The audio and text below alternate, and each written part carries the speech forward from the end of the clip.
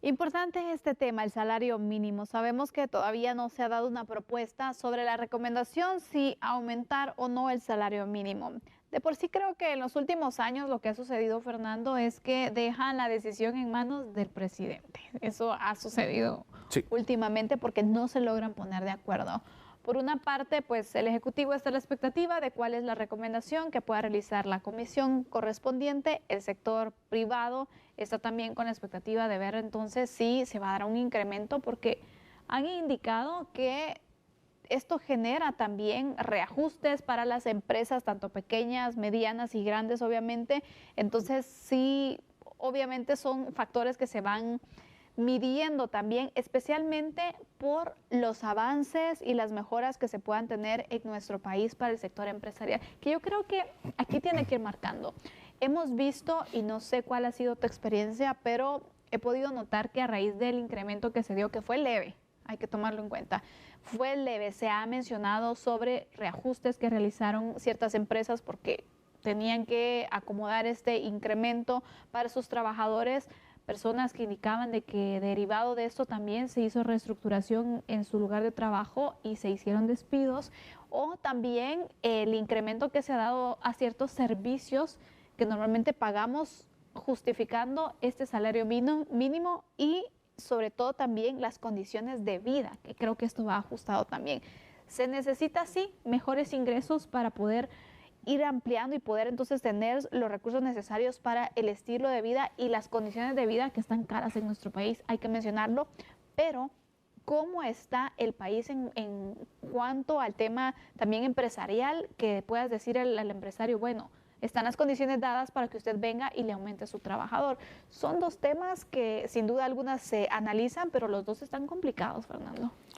mira, el incremento que se dio para el año 2025 no fue leve, realmente fue muy duro para el sector patronal porque fue un 10% por decreto que estableció el presidente Bernardo Arévalo y si tú haces el análisis para los años anteriores no se había dado No, no nunca se había dado. un incremento de ese porcentaje. Y he de decirte, muchas veces, obviamente, yo tengo la mentalidad no solo como patrono, sino también como trabajador. Y cuando tienes esa dualidad de experiencias, pues naturalmente tú lo que quisieras es, cuando estoy en relación de dependencia, ojalá que mi patrono me pague más, es que eso es lo que yo quiero. Porque ya no alcanza Pero la cuando canasta estás en básica. en el ámbito como patrono, te digo una cosa, tú ves tus números, tú ves tus ventas, tú ves realmente cómo tu producto o tu servicio ha tenido pues el despunte que tú quieres realmente en materia de ingresos y muchas veces que te digan, bueno, aquí por decreto usted o paga esto o si no se mete en problemas legales, es muy complicado. Entonces, hay que entender que Guatemala se divide en tres grandes áreas. La primera es el trabajo formal, la segunda es el trabajo informal y la tercera, el trabajo a nivel del sector público. Entonces, cuando tú estás en la iniciativa privada, ¿verdad? Tienes que entender que hay un patrono, perdón, que en algún momento tuvo la genial idea de empezar una empresa, posiblemente empezó desde muy abajo y con los años y el esfuerzo y el conocimiento del mercado, pues hizo crecer su negocio y ahora genera una gran cantidad de fuentes de empleo.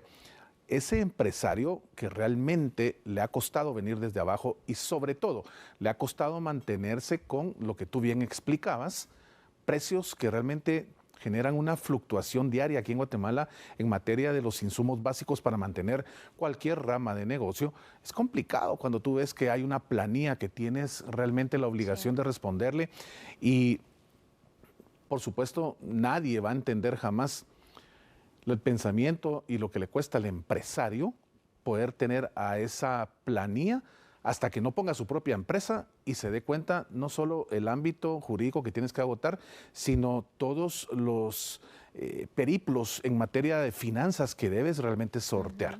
Entonces, complicado, uno. Y dos, cuando estás hablando de un trabajador en el sector público, ahí sí cero problema, porque de verdad el dinero ahí, literalmente te lo voy a decir así, abunda, el dinero abunda y jamás hay problema de que un trabajador se va a quedar sin su dinero. Entonces ahí cero problema. Y cuando estás analizando el área de la economía informal, ¿verdad? Entonces a esta persona pues al final depende de lo que logra vender en el día a día y pues ahí qué suceda con este tema de salarios, incrementos, etcétera. no le va a afectar. Las comisiones paritarias son grupos que tienen representatividad de estos tres sectores que estamos hablando. El sector patronal, el sector trabajadores y el sector gobierno. Lo que hacen es por circunscripción económica, que en Guatemala son dos, ¿verdad? Guatemala y el interior, van analizando las distintas ramas o facetas del ámbito productivo del país, el agrícola, el no agrícola, el de exportación y el de maquila.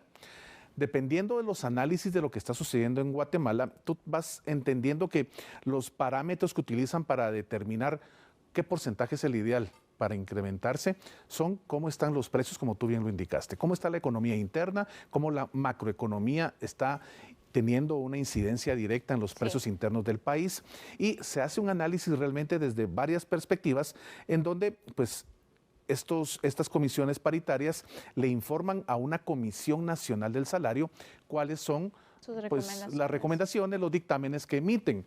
Estos pueden llegar a estar de acuerdo o pueden no estar de acuerdo. Si están de acuerdo, pues hacen la propuesta. Si no están de acuerdo, es como tú bien lo dices, el presidente de la República tiene esa atribución legal por norma jurídica, pues de tomar la decisión de cuánto genera en materia de incremento. Te digo una cosa, hacer por decreto un incremento solo así por así de una cantidad que se piense única y exclusivamente en mejorar el bolsillo del trabajador, es muy difícil, es una toma de decisión compleja. No quisiera estar en los zapatos del señor presidente porque es muy difícil, porque quedas bien con el sector de los trabajadores, pero quedas muy mal con el sector empresarial. Exactamente. Entonces, tiene que ser algo en donde sus asesores le generen un consenso para que él pueda tomar la mejor determinación. Pero hay que tomar en cuenta realmente que no solo es venir y decir, tome, gane mucho más y ahí está, porque eso se traduce en que si el patrono no puede afrontarlo, pues hay despidos, hay que reajustar la planilla, hay que reajustar el acomodo interno. Se incrementan los desempleos. Y no solo el desempleo, sino que naturalmente esto trae un menor valor para nuestra economía, para nuestra divisa.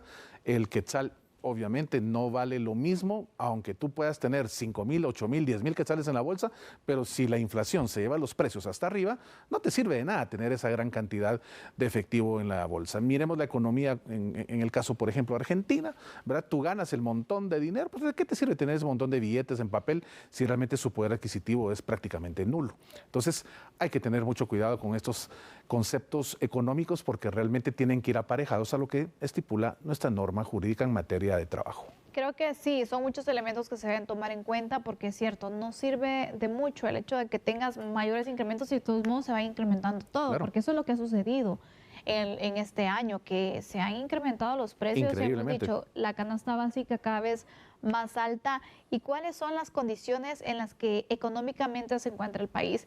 ¿Tú crees, Fernando, que vale la pena hacer un incremento en el salario mínimo con las condiciones actuales que tienen, por ejemplo, el sector productivo, que son los que están generando una gran cantidad de empleos también?